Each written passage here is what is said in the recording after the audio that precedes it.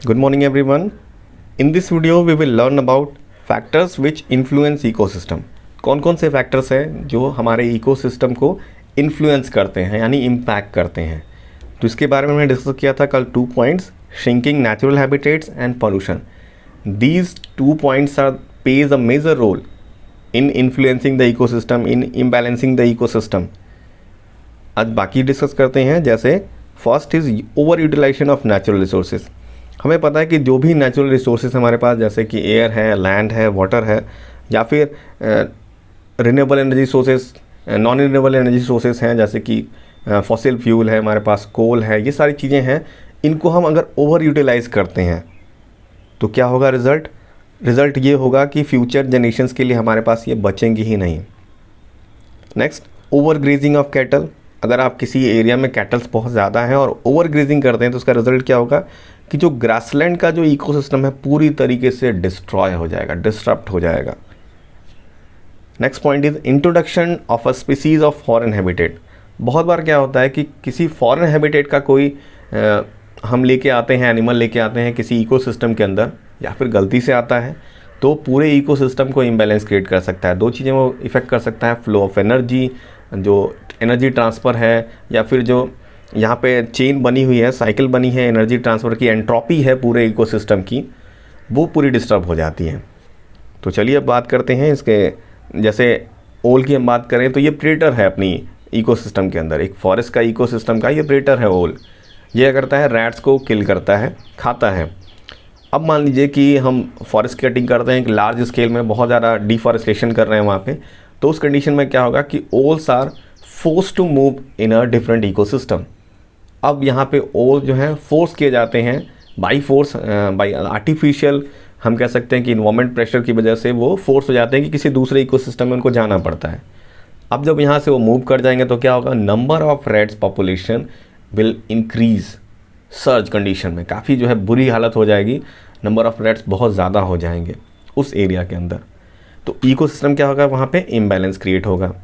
Next एक example यहाँ पे और भी दिया गया है कि golden apple snail, it was introduce in Philippine 1982 to 1984 में। वहाँ पे फिलीपींस में हमें पता है snail is a good source of protein, तो उन्होंने इंटेक करने के लिए वहाँ पे, क्योंकि पुअर फार्मर्स के पास गुड सोर्स ऑफ प्रोटीन नहीं था, तो स्नेल्स को लाएगा कि वो स्नेल्स खा के जो है प्रोटीन का जो अपना डिफिशियंसी है उसको कंप्लीट कर लेंगे। क्लियर। लेकिन इन स्नेल्स ने किया क्या, it creates a problem for the farmers. These snail eat all the crops, जितने भी थे वो सब कुछ उन्होंने खा लिया, और at the result they face a serious problem. तो ऐसा ही होता है जब फॉरेन हैबिटेट का कोई एनिमल, फॉरेन हैबिटेट का कोई प्रेडेटर हमारे इकोसिस्टम में आता है तो पूरे इम्बैलेंस के, क्योंकि ईच एनिमल और ईच प्लांट हैज़ अ, हम कह सकते हैं कि has a important role in a ecosystem. दोनों का इम्पॉर्टेंट रोल है। अगर हम प्लांट्स रिमूव करते हैं, अगर हम एनिमल्स को रिमूव करते हैं, प्रेडेटर्स को चेंज करते हैं, तो ये सब कुछ इम्बैलेंस क्रिएट करता है, सब कुछ इम्पैक्ट करता है। Emission of green house gases and global warming. देखिए ग्रीन हाउस गैसेस क्या है, सबसे पहले तो ये जान लें कि जब भी हमारा जो प्लैनेट है, हमारा प्लैनेट अर्थ है, ये बहुत सारे प्लैनेट्स क्या है सोलर सिस्टम के अंदर, या तो बहुत ज़्यादा गर्म है, बहुत ज़्यादा ठंडे हैं, लेकिन हमारी जो अर्थ की कंडीशन है वो सूर्य सन से डिस्टेंस की वजह से यानी ऐसी है कि यहाँ पे हमारे पास एक गैसेस का जो है एक सर्कल है हमारे अर्थ के आसपास। हमारे जो अर्थ है वो रहने लायक है, ठीक है, लिवेबल है यहाँ पे, ठीक है। तो यहाँ बीच में जो गैसेस हैं वो करती क्या है कि जो एक्स्ट्रा हीट आती है सन की, उनको एब्जॉर्ब कर लेती हैं। इसके अंदर बहुत सारे एब्जॉर्बेंस हैं, जैसे कि वाटर वेपर है, कार्बन डाइऑक्साइड है, मीथेन है, निट्रस ऑक्साइड है, ओजोन है, CFC है। तो ये सिंथेटिक कंपाउंड्स हैं जो, या फिर हम कह सकते हैं इंडस्ट्रियल ओरिजिन्स हैं, जो हमारे इंडस्ट्रियल एक्टिविटीज़ की वजह से, इंडस्ट्रियलाइजेशन की वजह से पॉल्यूटेंट की तरह रिलीज़ होते हैं हमारे गैस इन्वायरमेंट में, हमारे एटमॉस्फेयर में। तो जब इनकी परसेंटेज बढ़ती है तो होता क्या है, जनरली जब भी सन हीट हमारे अर्थ पे आती है, अर्थ क्रस्ट पे आती है, तो ये बहुत सारा कुछ एब्जॉर्ब होता है, कुछ रिफ्लेक्ट होकर वापस एटमॉस्फेयर में यानी कि इन्वायरमेंट में रिलीज़ हो जाता है।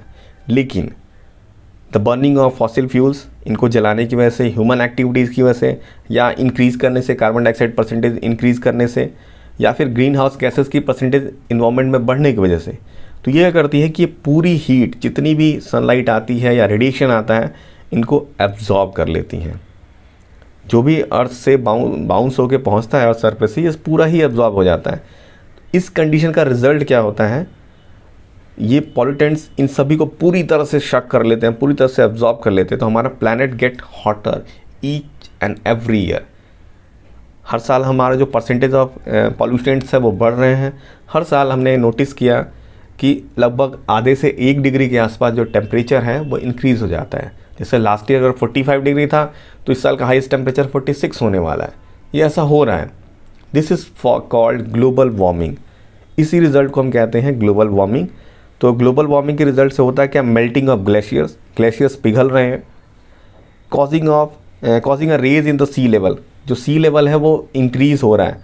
हर साल 1 से 2 सेंटीमीटर जो है सी का जो लेवल है वो इंक्रीज़ हो रहा है। ये बहुत कंडीशन है, हम कह सकते हैं कि पुअर कंडीशन है। जो समुद्र के किनारे वाले जो